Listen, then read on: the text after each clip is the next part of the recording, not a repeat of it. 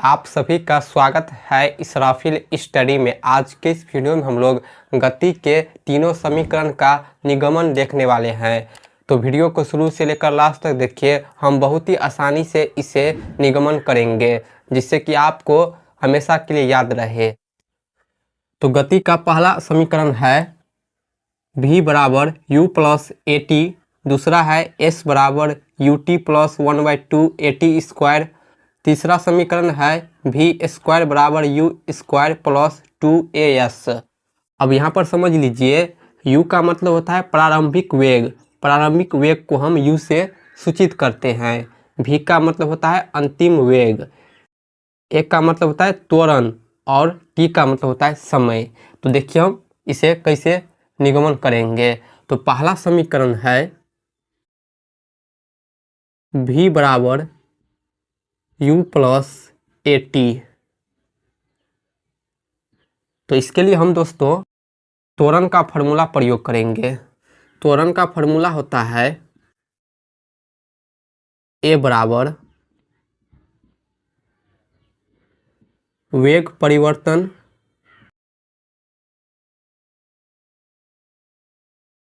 बट्टा में होता है समय अंतर। तो लिखेंगे यहाँ पर समयांतर। अब यहाँ पर देखिए वेग परिवर्तन समयांतर, इसे हम कैसे सूचित करेंगे। तो त्वरण a है तो a लिखेंगे बराबर वेग में परिवर्तन का मतलब होता है अंतिम वेग माइनस प्रारंभिक वेग। अंतिम वेग माइनस प्रारंभिक वेग का मतलब होता है वेग परिवर्तन, और समय अंतर का मतलब होता है t माइनस 0 करेंगे तो समय अंतर होगा। तो a बराबर फार्मूला हो गया v minus you upon T. यह है त्वरण का फार्मूला। इसी फार्मूला से हम इस समीकरण को निगमन करेंगे। हम v minus U A T को इधर लिख लेते हैं। v minus you upon T को इस तरफ लिखेंगे और इस तरफ a को हम भेज देंगे। हमने साइड चेंज किया है।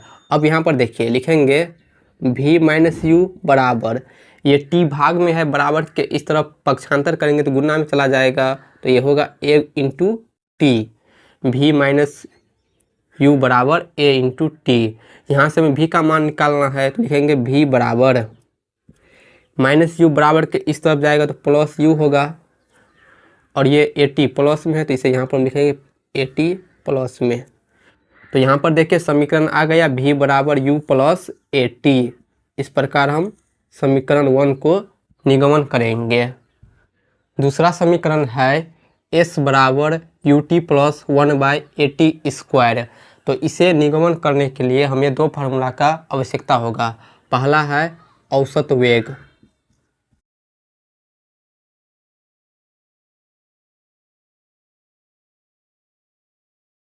औसत वेग का फार्मूला होता है अंतिम वेग प्लस प्रारंभिक वेग बट्टा में 2। और दूसरा फार्मूला चाहिए हमें विस्थापन का। विस्थापन बराबर फार्मूला होता है, विस्थापन को हम s से डिनोट करते हैं। s बराबर फार्मूला होता है औसत वेग इंटू समय। अब यहाँ से देखिए s है तो s बराबर औसत वेग है तो औसत वेग का हम फार्मूला लिखेंगे। फार्मूला है v plus you upon 2 into समय। समय का मतलब होता है t, तो यहाँ पर लिखेंगे t। अब यहाँ पर ध्यान दीजिए s है तो s बराबर v प्लस u है। यहाँ पे देखिए v है ना, तो v बराबर समीकरण 1 क्या होता है u प्लस ए टी। तो यहाँ पर हम v की जगह पर लिखेंगे u प्लस ए टी। समीकरण 1 से v की जगह लिखेंगे u प्लस ए टी, और ये u पहले से है तो इसे हम जो कहते हुए लिखेंगे, और बट्टा में 2 है तो 2 इंटू में t है तो t को हम जो कहते हुए लिखेंगे। अब देखिए s बराबर एक u और एक u जोड़ेंगे तो 2u होगा, प्लस ये 80 अपन में 2 में t। अब हम t से ऊपर गुना करेंगे 2u प्लस AT में, तो s बराबर 2u में t से गुना करेंगे तो ये होगा 2ut प्लस AT में t से गुना करेंगे तो ये होगा AT स्क्वायर। t 2 बार होगा तो इसीलिए t स्क्वायर होगा अपन में 2। अब देखिए s बराबर 2ut plus AT square upon 2 है। ये जो हर में 2 है इस दोनों का एलसीएम है, यानी दोनों में कॉमन है, तो इसे हम इस प्रकार लिख सकते हैं तोड़कर 2ut अपन में 2 प्लस AT स्क्वायर अपन में 2 लिख सकते हैं। अब यहाँ से ये 2 से 2 कट जाएगा। अब यहाँ पर देखिए s बराबर ut प्लस है तो प्लस, यहाँ क्या है AT स्क्वायर अपन में 2 है, तो इसे हम 1/2 लिख सकते हैं और AT को हम गुना में लिख सकते हैं इस प्रकार। ये भाग में है ना, तो इसे हम इस प्रकार भी लिख सकते हैं 1/2 इंटू में AT स्क्वायर। तो देखिए हमारा समीकरण आ गया s बराबर ut प्लस 1/2 AT स्क्वायर। तो इस प्रकार हम फार्मूला नंबर 2 का निगमन करेंगे। गति का तीसरा समीकरण है v square plus u square plus 2as। तो इसका निगमन करने के लिए हम समीकरण 1 को लेंगे। समीकरण 1 है v बराबर u प्लस AT।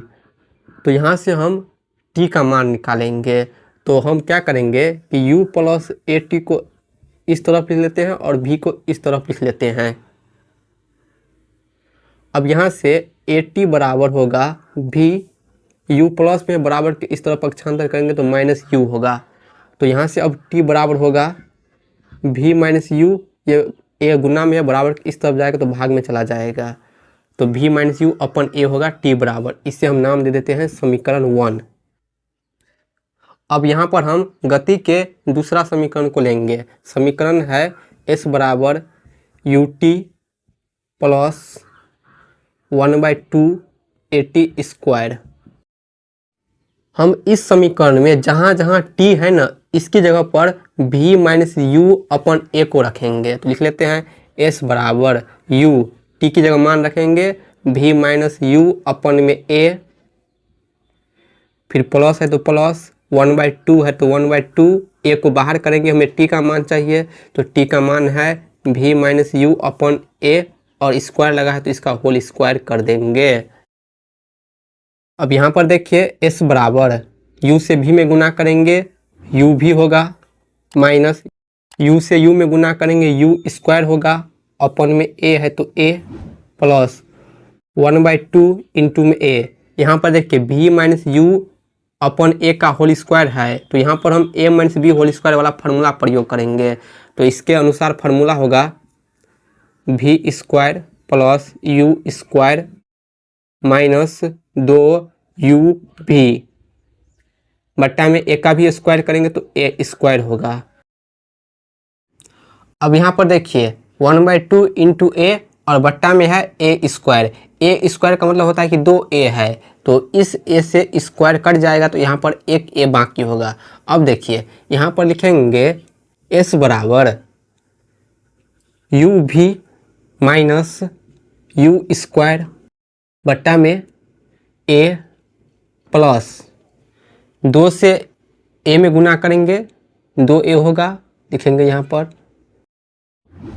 2a, ऊपर में v square plus u square minus 2uv। अब यहाँ पर हम हर का एलसीएम लेंगे, ठीक है, तो एलसीएम आएगा 2a, तो लिख लेते हैं यहाँ पर एलसीएम 2a आएगा।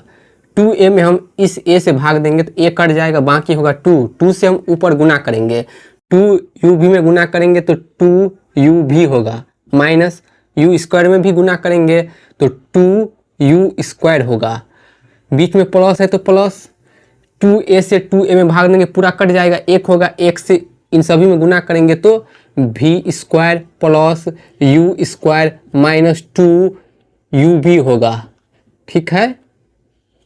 अब यहाँ देखिए प्लस 2uv यहाँ पर -2u भी है, तो ये प्लस माइनस में कट जाएगा। तो यहाँ पर लिखेंगे s बराबर प्लस वी स्क्वायर। अब देखिए -2u² plus u², plus minus में घटेगा लेकिन चिन्ह बड़ी संख्या का होगा।